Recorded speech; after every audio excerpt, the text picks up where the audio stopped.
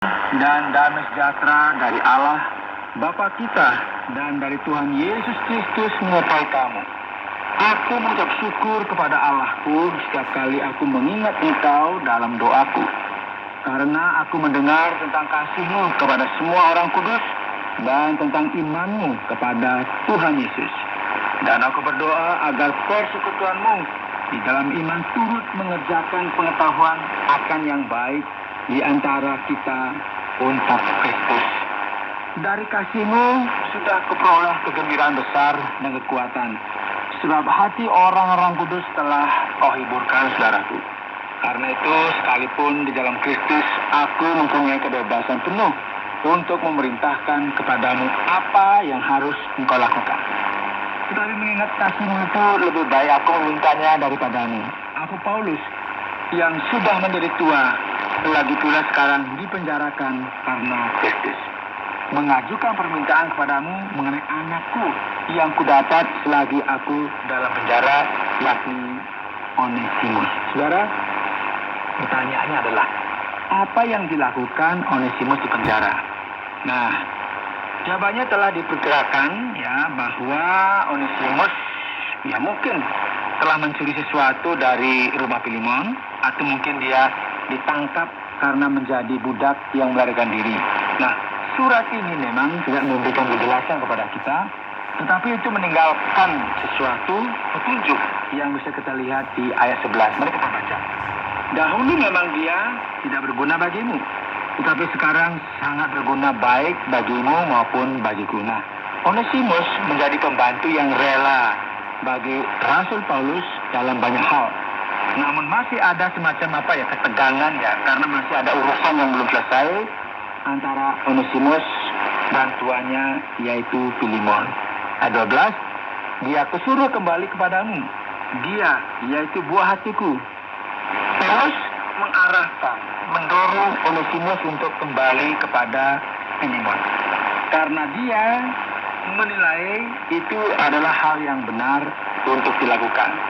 Harus ada semacam rekonsiliasi antara kedua belah pihak, karena dalam anugerah Tuhan yang luar biasa, baik budak maupun tuan sekarang sebenarnya adalah saudara dalam Kristus. Ayat 13, sebenarnya aku mau menahan dia di sini sebagai gantimu untuk melayani aku selama aku dipenjarakan karena Injil. Tetapi tanpa persetujuanmu, aku tidak mau berbuat sesuatu supaya yang baik itu jangan engkau lakukan seolah-olah dengan paksa, melainkan dengan sukarela. Nah, saudara, bisa dibayangkan seorang pria tua di penjara yang pasti akan sangat senang jika ada orang yang menemaninya. Dan Paulus lebih senang Onesimus sebenarnya bersama dengan dia. Sekalipun demikian, sebagai orang percaya harus mengutamakan hal yang lebih utama. Itulah sebabnya Paulus tidak ingin memerintah Filemon untuk melakukan seperti yang dia perintahkan. Dia menarik hati Filemon, mengarah hatinya begitu meminta izin kepada Filemon seolah-olah mengatakan, saya tidak memberitahu Anda. Saya meminta Anda sebagai seorang saudara. Tolong terima Onesimus. Saya tidak akan melakukan apapun tanpa persetujuan Anda.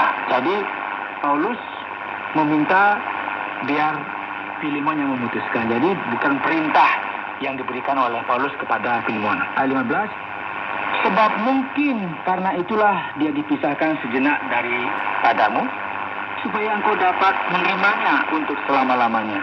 Bukan lagi sebagai hamba, melainkan lebih daripada hamba, yaitu sebagai saudara yang kekasih. Bagiku sudah demikian, apalagi bagimu, baik secara manusia maupun di dalam Tuhan. Nah, saudara, Paulus membawa perlindungan Tuhan ke dalam diskusi ini, mengatakan, coba pikirkan Filemon, Mungkin Tuhan telah mengatur semuanya ini, bahkan membiarkan kesalahan yang mungkin telah dilakukan Onesimus sehingga dia ditangkap dan sekarang merasa menyesal dan menerima Kristus sebagai juru selamatnya dan akhirnya kembali kepada Anda. Bukan sebagai orang yang tidak percaya, yang hatinya dipenuhi dengan sikap yang salah, tetapi sebagai seorang saudara yang hatinya dan pikirannya telah berubah untuk menjalankan tugas-tugasnya dengan hati yang baik, dengan hati nurani yang jernih. Tentu ini akan memberi manfaat lebih banyak kepada Anda daripada kondisinya sebelumnya. Nah, singkatnya, saudara, Injil telah mengubah seluruh situasi sulit ini, situasi tegang ini, menjadi situasi yang sama-sama menyenangkan. Orang bilang itu win-win solution, gitu ya. Sehingga Onesimus ya senang, kemudian juga Filemon juga senang karena mereka adalah satu saudara dalam Kristus. Mari sambung ayat 17. Kalau engkau menganggap aku temanmu seiman, terimalah dia seperti aku sendiri. Dan kalau dia sudah merugikan engkau ataupun berhutang padamu, tanggungkanlah semuanya itu kepadaku. Aku Paulus menjaminnya dengan tulisan tanganku sendiri. Aku akan membayarnya, agar jangan kukatakan, tanggungkanlah semuanya itu kepadamu, karena engkau berhutang kepadaku, yaitu dirimu sendiri. Ya, saudaraku, semoga engkau berguna bagiku di dalam Tuhan. Hiburkanlah hatiku di dalam Kristus. Saudara, Paulus membuat janji ini dengan penuh keyakinan bahwa Filemon akan melakukan apa yang dia minta, menggugah hati nuraninya dengan mengingatkannya bahwa dia berhutang keselamatan pada Paulus. Paulus bahkan berjanji untuk menanggung hutang Onesimus jika perlu. Tetapi dia mungkin mengharapkan bahwa Filemon akan menghapuskan hutang itu. Karena Paulus mungkin juga tidak memiliki banyak uang ya. Dan Filemon mungkin sebagai orang yang kaya secara keuangan ya, karena memiliki properti atau memiliki tanah dan sebagainya, sehingga dia mampu untuk menanggung hamba atau memperkerjakan hamba. Ayat 21, dengan percaya kepada ketaatanmu, kutulis ini kepadamu, aku tahu lebih daripada permintaanku ini akan kau lakukan. Dalam pada itu bersedialah juga memberi tumpangan kepadaku, karena aku harap oleh doamu aku akan dikembalikan kepadamu. Ini ada alasan ya, untuk mengharapkan pembebasannya yang segera, karena sejarah menunjukkan bahwa Paulus dibebaskan dari tuduhan palsu dan bebas untuk melakukan perjalanan misi keempatnya, meninggalkan Roma dan mungkin juga pergi jauh ke Spanyol ya, ke barat laut Mediterania sebelum ia kembali ke Roma. Ayat 23, salam kepadamu dari Epapras, temanku sepenjara karena Kristus Yesus, dan dari Markus, Aristarkus, Demas dan Lukas, teman-teman sekerjaku.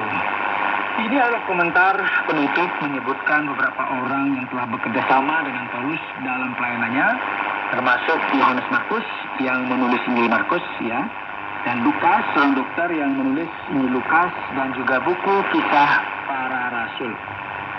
Mungkin teman-teman ini diberi kebebasan untuk datang dan mengunjungi Paulus kapan saja mereka inginkan. Ayat 25.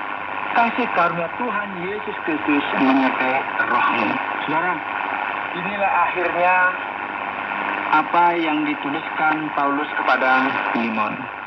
Dan sayangnya saudara, Paulus kemudian ditangkap ketika ia kembali ke Roma di akhir perjalanannya yang keempat, dan dijatuhi hukum mati dan dieksekusi oleh Kaisar Nero pada masa penganiayaan besar terhadap gereja. Saudara, Paulus tahu bagaimana rasanya diperlakukan dengan tidak adil, dan dia memiliki keyakinan yang sangat dalam bahwa suatu saat nanti Tuhan akan membenarkan mereka. Mereka yang telah dirampok, ditipu, dibunuh akan mendapat ganti dalam banyak cara dan memiliki kebahagiaan yang abadi. Saudaraku, bagaimana Injil membalikan sistem setan dan kejahatan manusia? Paulus telah mengajar-ngajar orang Kristen sendiri sebagai Saulus dari Tarsus, tetapi ketika dia sendiri dieksekusi, dia masuk surga dan disambut oleh dia yang telah dieksekusi. Dan sambutan yang dia terima mungkin adalah salah satu kegembiraan. Paulus disambut bahkan oleh mereka yang telah dia bunuh. Inilah kemenangan mulia yang telah Kristus menangkan bagi kita, dan memberikan kepada kita harapan suatu saat nanti kita akan melihat dia. Dia akan mengubah semua ketidakadilan dan perlakuan buruk manusia menjadi kebahagiaan surgawi